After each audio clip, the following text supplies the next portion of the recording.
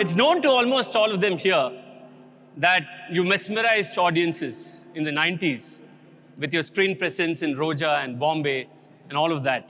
But I'm not sure how many of them know that you actually were born into a very, very successful industrial family. You were probably groomed to be the next successor, and then movies happened. So I just wanted to know if it was by design, or was it serendipitous? Or one of my friends told me that your father wanted you to be working in a mechanic shop, cutting down lathes and working on annealing the iron pieces, etc. Was that an inspiration that made you leave the mechanical shop? No, it was not a mechanical shop. Essentially, yeah, it's true that my dad was one of the well-known industrialists in Chennai at that time. One of the businesses that he was doing was a heavy engineering business where we were doing baffle heat exchangers and oil field equipment and things like that. So a part of it was never, I was never made to feel that I had to take over anything. I was made to feel that I had to work in something. So I was actually working on the shop floor.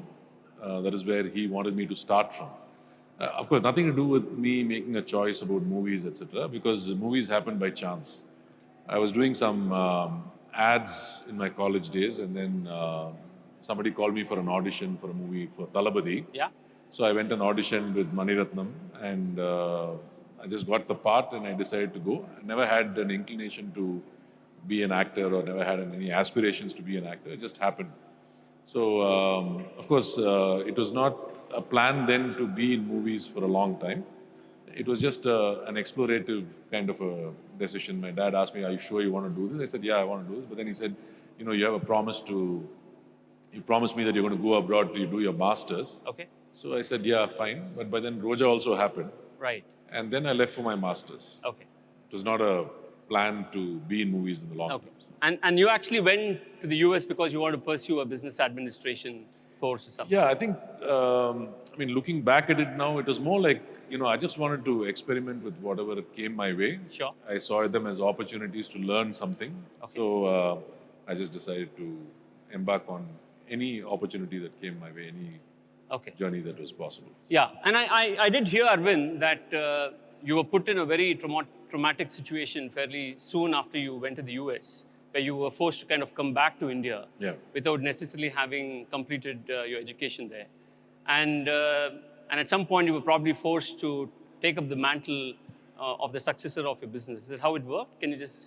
No, I was studying in the US. Yeah. Then my parents had some health issues. Right. My mother had. Yeah. She was diagnosed with cancer. And then I decided to leave my program and come back and be with her. Okay. She was terminally ill. So I continued being here after that.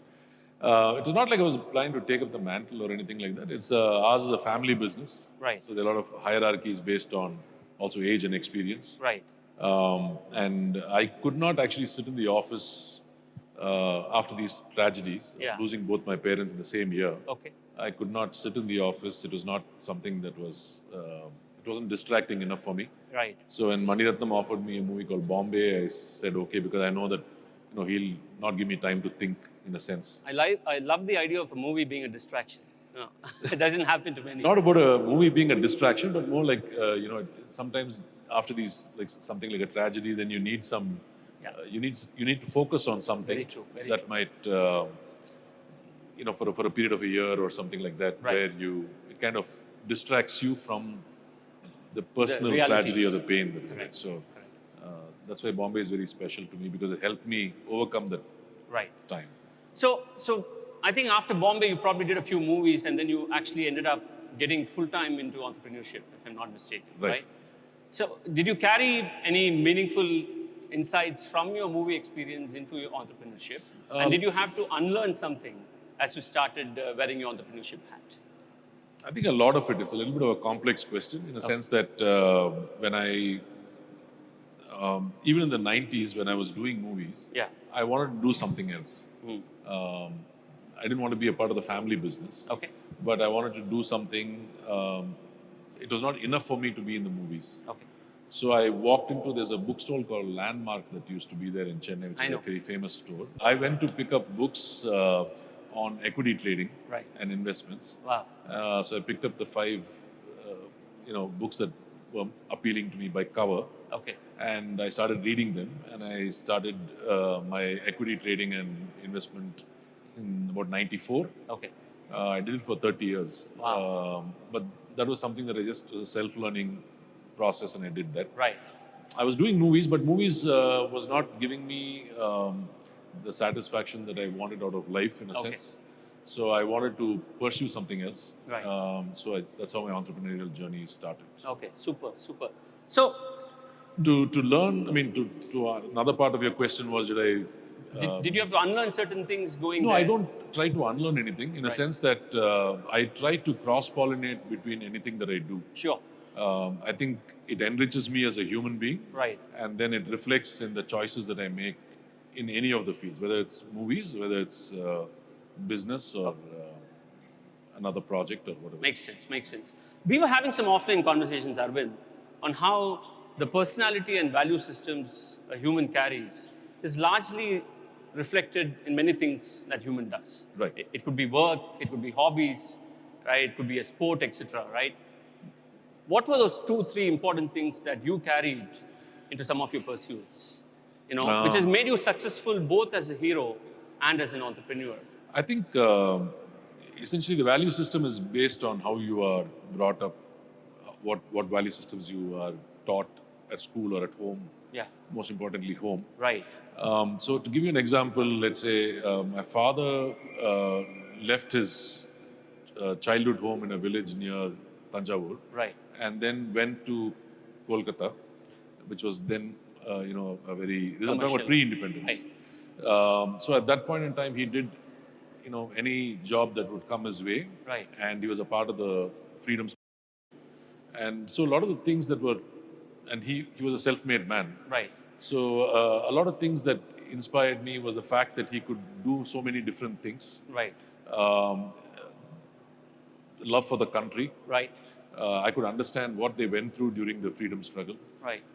So, it was a value-based upbringing, right? In a lot of ways, quite different from what I could share as my experiences with my children. Right. So that kind of, I think, molded me in a sense. Like, for example, I'll tell you, he was a very interesting person, and he would, the values would kind of be taught to me not just as a lecture, but as a demonstration in something. Okay. If I may take the time to share with you, like absolutely. for example, he was one of the co-founders of Shankara Netralaya, correct, along with Dr. Badrinath. Right. So he would be in his office. Right. We had an office on Cathedral Road. This is our principal place of business. Right. And there would be people around him who would bring him his water or buttermilk or coffee or whatever it is that he wanted to have. Right. But when he used to go to Shankara Netralaya, he used to carry a plastic bag. Wow. One of those, the knitted bags, with a flask of coffee, with a flask of buttermilk, whatever it is. Right. And after work, he used to go there and work. Wow. So as a child, I used to, after school, go pick him up. And I used to, one day I just asked him, I said, why in that office you get this coffee or whatever you want, and in this office you carry your own thing. Maybe you don't, do they not give you stuff here? Yeah. As a child. Right. So he told me, do you know what that board says? He said. So I said, it said honorary secretary. Wow. He said the word honorary means I should not take anything from here. Yeah, wow. So I bring my coffee and my tea. Right. Right? So he was a man of principles. Super. Even, like, I'll give you another example. Because these are examples that you don't find, I think, of these days. Yeah. And I had the privilege of experiencing them. He was the captain of the Kodaikanal golf course. Okay. And every annual event, they had a ceremony where you had to take a cap, which was said the captain's cap, and you place it on the incoming cap. That's correct. So when we were there in Kodaikanal, and before the event happened, he actually had a heart attack. Wow. Right? And he was, so we made a makeshift hospital kind of thing at home, and it was there.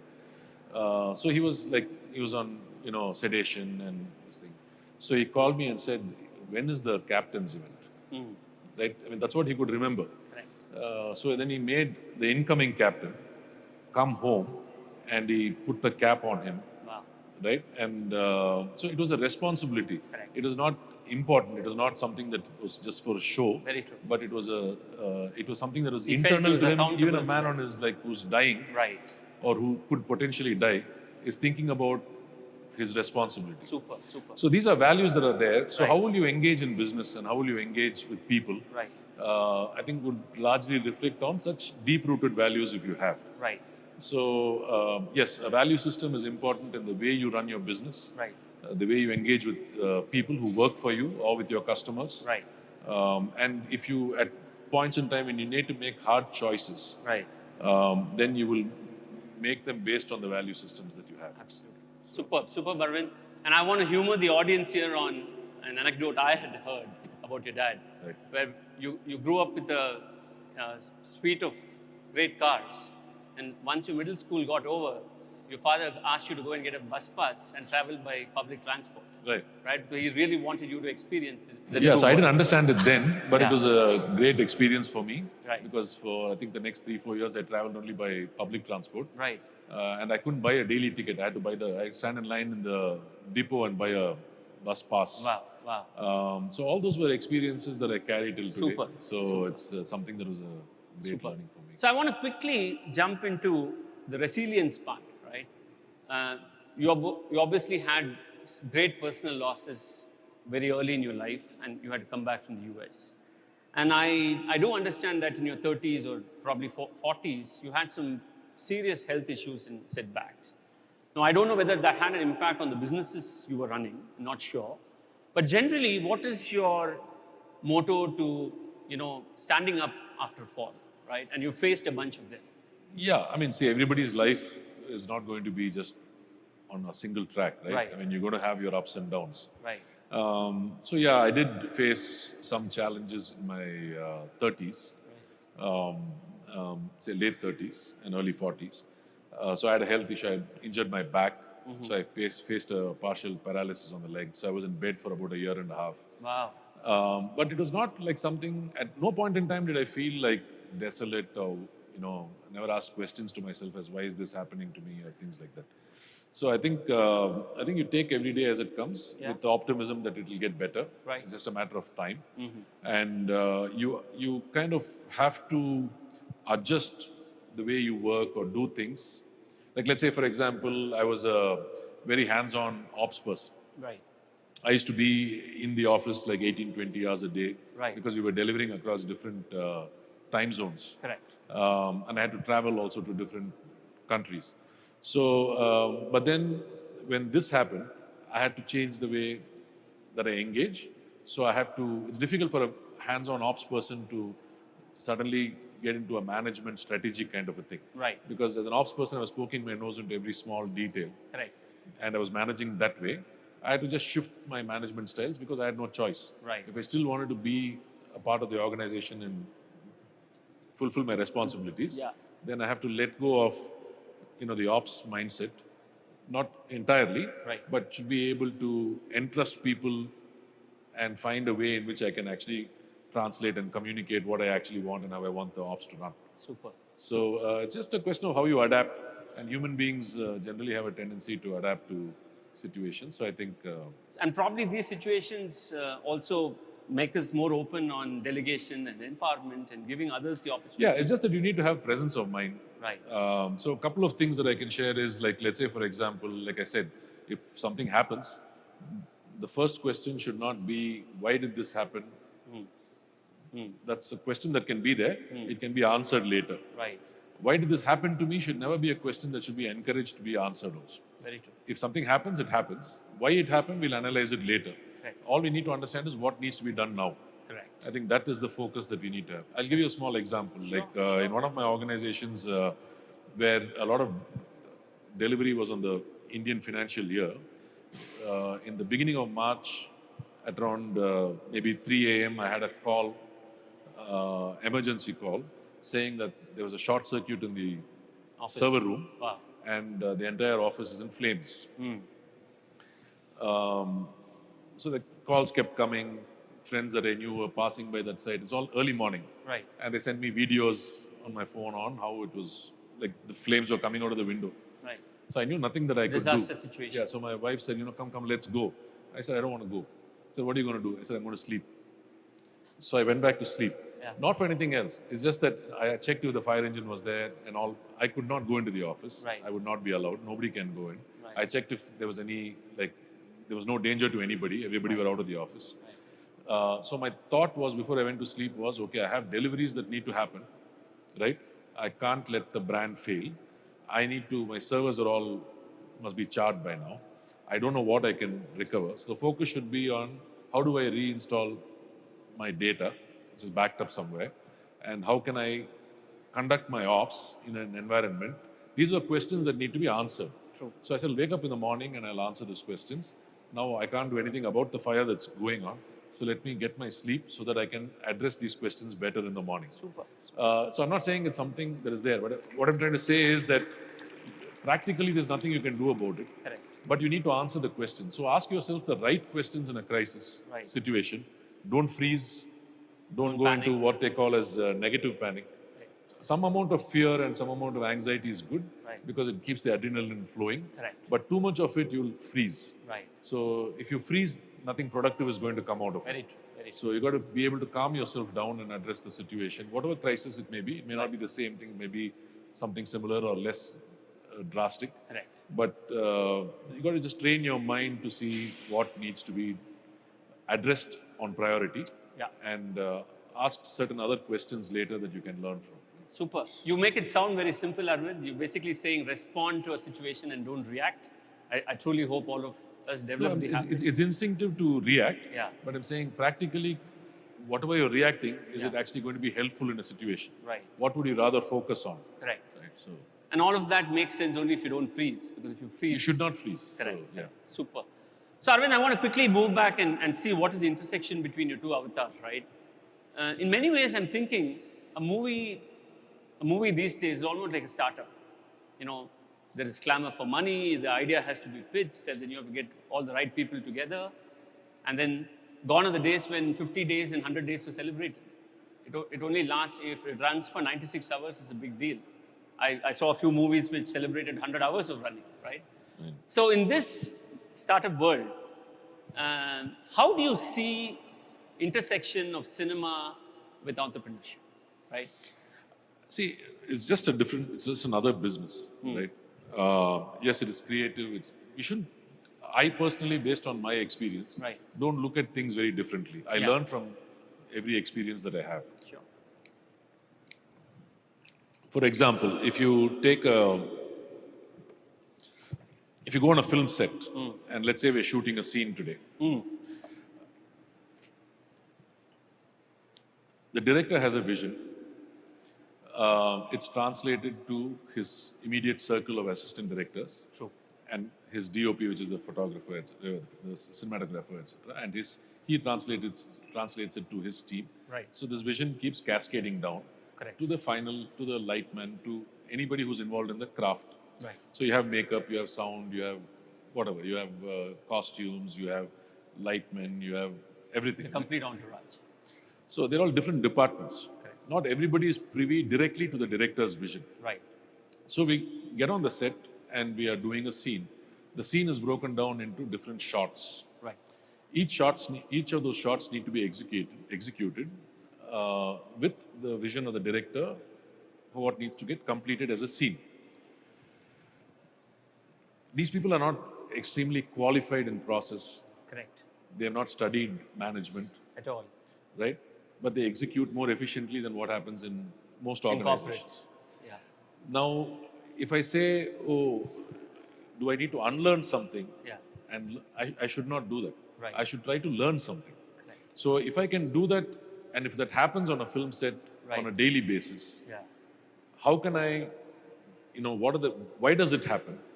And how can I bring those qualities onto a project management within the organization? Right. Right? So how do I translate that vision from top to bottom? Right. How do I break it down into pieces? Right. And you might call it agile in a development, whatever. You can't use all those terms in the No, but I'm movies. saying these terms are not... They are inherently... When we talk about these terms, we talk about them as something that you invented. You didn't invent it. Correct. You just renamed it. True. it happens in all the industries, in all unstructured industries also. Correct. There are processes that happen that might follow this methodology or a similar methodology. It is broken down, it's documented, standard operating procedures are put in place, all that happens. Right. But it's not like it doesn't happen anywhere else. Correct. It's happening everywhere. You just have to look at it. Like, till somebody discovered, let's say, the Dabbawalas in Bombay, Right. and made it a case study in Harvard, where they're achieving Six normal Sigma amount of plus success. Right. accuracy. Correct. When we were studying, when I did a course on Six Sigma and we were delivering processes, Right. this was a thing that came. So if you just look at somebody as a person who's delivering a box for lunch, Right. you will not look beyond. So you should not look down or look away from a lot of things that happen around. Well said. Well said. Super, super, Arvind. Arvind, I know we are at 6:45. How much more time, guys, you need with Arvind? 5 more minutes? Are you liking the conversation? Absolutely. Super, super. Okay, Arvind, so I want to, we have a rapid fire for you to make it a little more interesting. I'll keep it for the last piece. But I want to look at the future, right? I know you're grooming your son. He's part of your ecosystem now. Now, what are the things that have been great learnings for you in your experience, both as an actor and as an entrepreneur? What are some key things that you're passing on as lessons, assuming that he's part of your organization? Or even there are so many young entrepreneurs sitting here, right? Right. What would be 2-3 things you would share, to make them fearless when it comes to entrepreneurship? Couple of things. Not that I'm trying to lecture to my son, because those days are gone. I know he may not listen. Yeah. So, He'll listen. and he's a smart kid. It's not like I need to tell him anything, and I need to share I share my experiences and life lessons. Right. I think the first thing I look at is in perspective. This is something I tell my kids, and I'll share it with you. I've said it in a popular interview that happened also. I said everything is in perspective, right? So, first of all, what is the perspective of life? Right?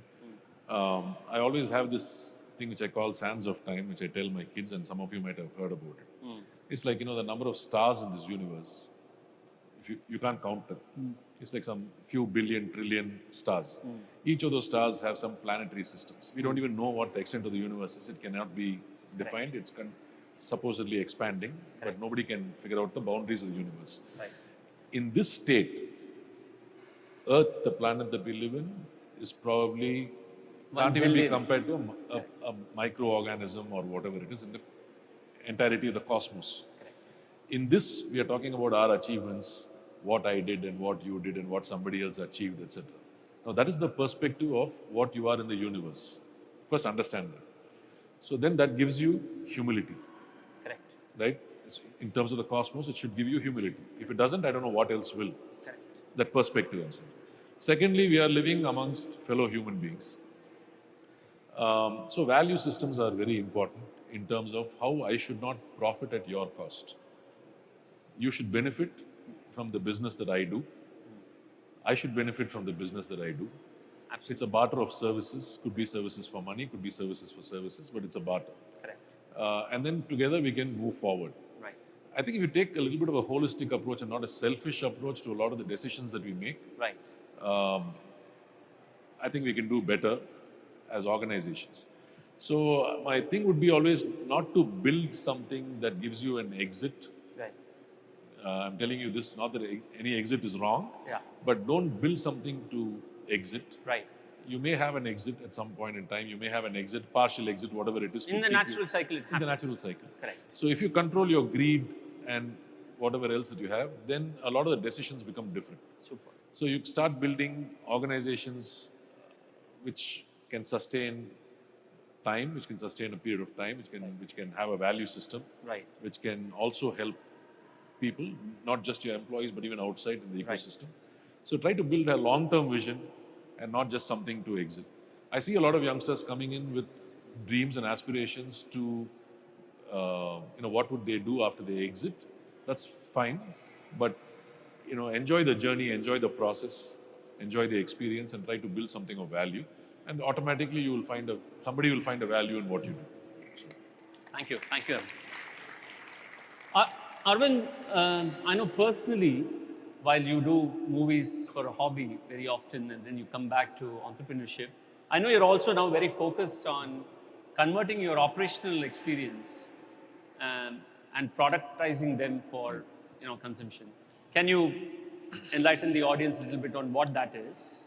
I can't talk too much about it because they are products. Right. So essentially over the last, say, 25, 30 years, there's a lot of IP that's there Yeah.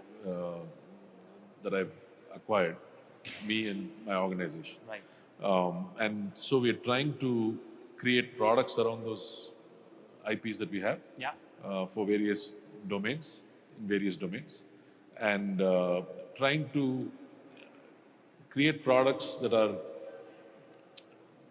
don't require a lot of effort into customization. So if you look at a lot of the products that are there today, Yeah. a lot of effort goes into customization. Very true. And there's a cost for customization in terms of both time and money. Right. So we're trying to create products Correct. that essentially we think would be better Yeah. and would also be like configurators. More configuration based. Yeah, configuration based rather than development based. Right. So it's like no code products that. And are you looking at specific industries and sectors? And making Yeah, I can't talk too much about it now because we are still incubating those products. Okay. We are still developing those products. Okay. So we'll develop those products, incubate them, and then we should be able to launch them. Right. Now, Arvind, I know in And the various good thing is, like, I'm trying to work with youngsters. Yeah. The vision for this is to create teams that are sub 27, 28. Super. So a lot of freshers, a lot of people who come in. I'm sure there are 20 of them in the audience who would want to be part of that team. So I'll let them take that offline with you. One of the last questions I have for you, Arvind, is I know you're a big believer in technology too, right? And what it can do to the world. And you're also impacting cinema in a big way because you've had multiple stints in cinema, right? Had one as a youngster and then in your 30s, and then you had a version 3 of you coming after 2012, right? And you've been. So how do you see cinema and technology intersecting in the future? I mean, do you have any thoughts on what the next 10, 20 years is going to be? For cinema? For cinema, correct. I think cinema has always adopted technology. I mean, in terms of whether it be. True. Yeah, I mean. From be black in and terms of white cameras. how we capture sound, how we capture Right. visual, how we edit things, how we present things, how you consume it, be it in theaters or in OTT, etc. So it's always, however it is that, however it is relevant to cinema, it's always been hungry for technology. In today's world, of course, with AI coming in, a lot of things change. One does not, for example, it starts from the ideation process. You can ask, anybody can give a certain set of parameters and get a story idea. Anybody can give a story idea and get a fully structured script. Wow, correct. Anybody can get a kind of a visual deck Right. by saying these What I have in parameters are mind. there, give me a vision. So I mean that is one aspect of it. The other aspect of it is visually, Gen AI can create or replicate a lot of things where you don't have to actually travel and do them. Correct. You will also have virtual actors. Right.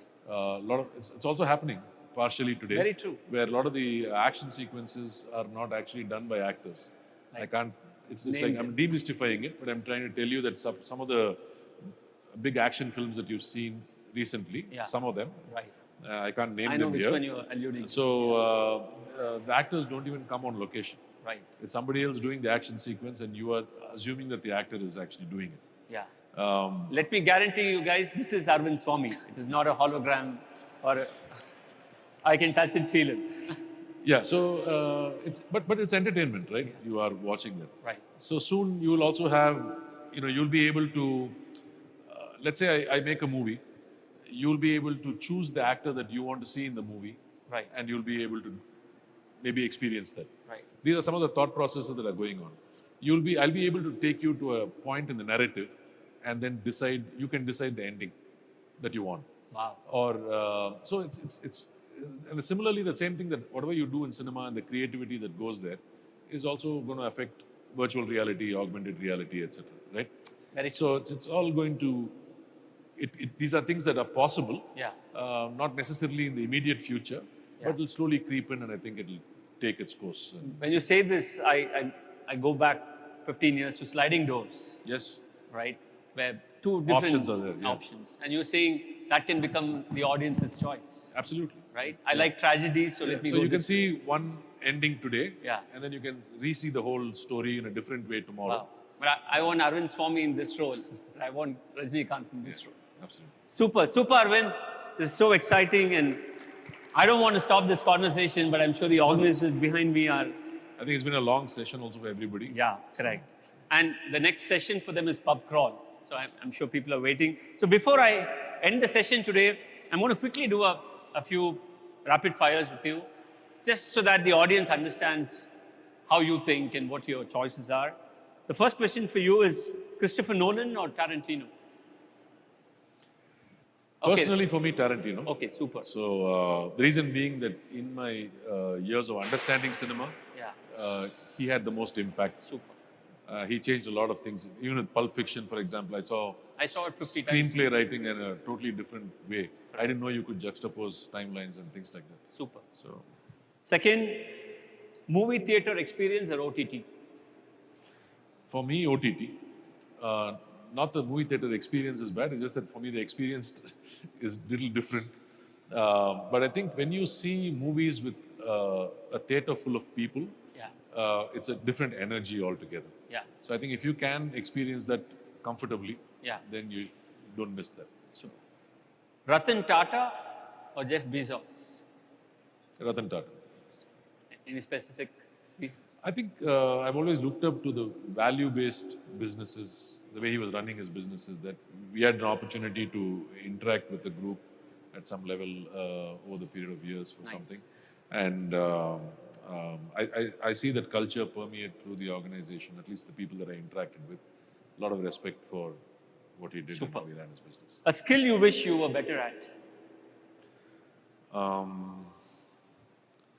I mean, I'm getting, if I identify can't get something, better I'm on trying to, perfection is what you're not that way. speaking. I'm trying to think which one, but I mean, see, each of the skill that I think that I'm not good at, I'm trying to improve upon, right?